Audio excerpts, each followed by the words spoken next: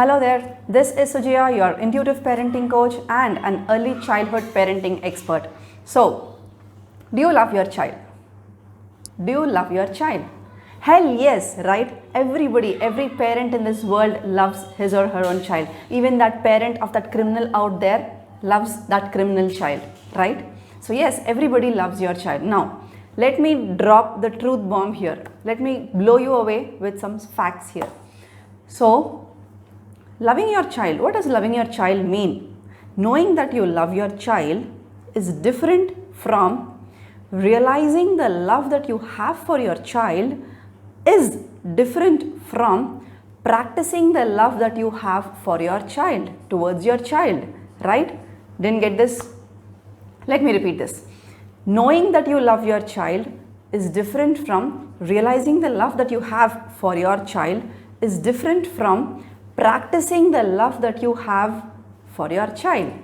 So let me get this straight. Now, yes, as a parent, you really love your child. You can do anything for your child, right? You are ready to do. You are willing to do. You have that empathy, or you have that kind of you have that kind of parent's drive, a drive that any parent tends to have for the child, to do anything for the child, right? But let me give you some examples. I'm not talking about the general love that people talk about, like taking cheesy photos and maybe hugging your child, and then it's not about the love that you feel when your child is running and coming to you and giving you a hug. It's not the love that you felt for your child when you first held your child in your arms. It's not the love that you feel for your child when your child is peacefully sleeping after a hell lot of a day, right? And it's not even the love that you feel for your child when your child has finished the meal. It's not the love that you feel for your child when your child is has just done whatever you ask the child to do, right? That's all taken care of.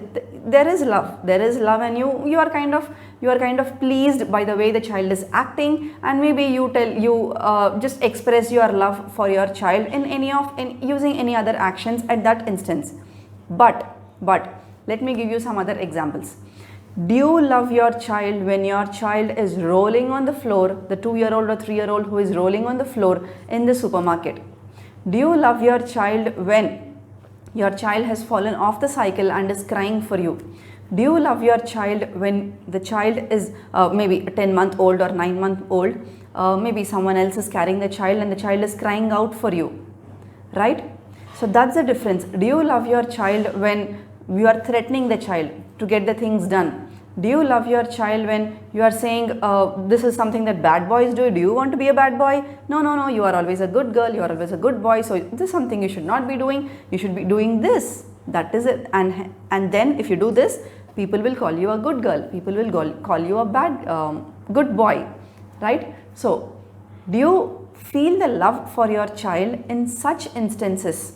Do you feel the love for your child when your child is throwing tantrums? Do you feel the love for your child when you have power struggle with your child? So let me tell you this, we all have conflicts with fellow human beings, and likewise even with the child there are conflicts of ideas between any two people, any two persons. So yes, it is bound that there will be conflicts. In these instances of tantrums that your child is throwing, in these instances of conflict that you have with your child, if you have a spontaneous reaction contrary to a loving response, that means it's not coming out of the love that you have for your child, right? You are not practicing the love that you have for your child. Yes, inside of you, yes, you do have that love. I'm not denying the fact that you love your child. It's not about that. Knowing something is different from realizing something is different from practicing it. When we practice the love towards a fellow human being, when we are living the love towards that we have for our child, towards our child, that is when magic starts to happen. That is when connections, there starts to be a connection between the two people, between the child and you as a parent.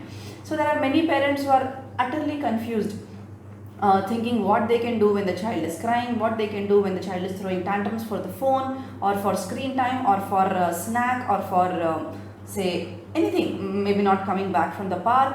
At all instances, or at all of these tantrum instances, at all of these conflicting instances, the key the solution, the right key lies in the practicing the love that you have for your child, right?